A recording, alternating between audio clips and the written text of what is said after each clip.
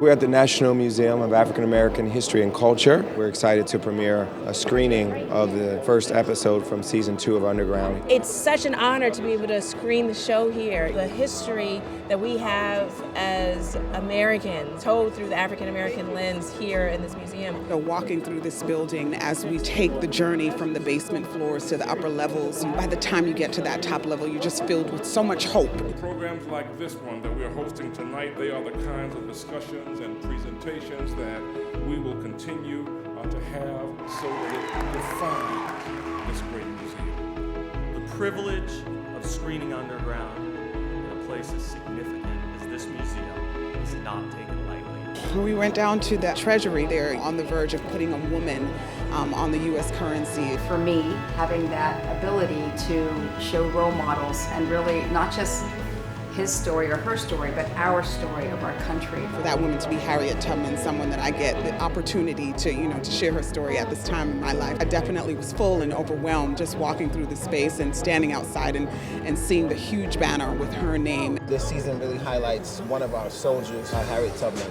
Aisha Hines so amazingly, so humbly embodies Harriet Tubman. We're talking about the Gullah community. We're talking about Harriet Tubman. Frederick Douglass is played by the amazing brilliant John Legend. It's American history and the fact that we always overcome.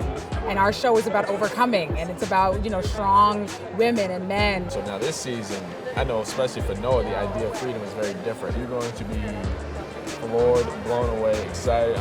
We all approach this work with such humility.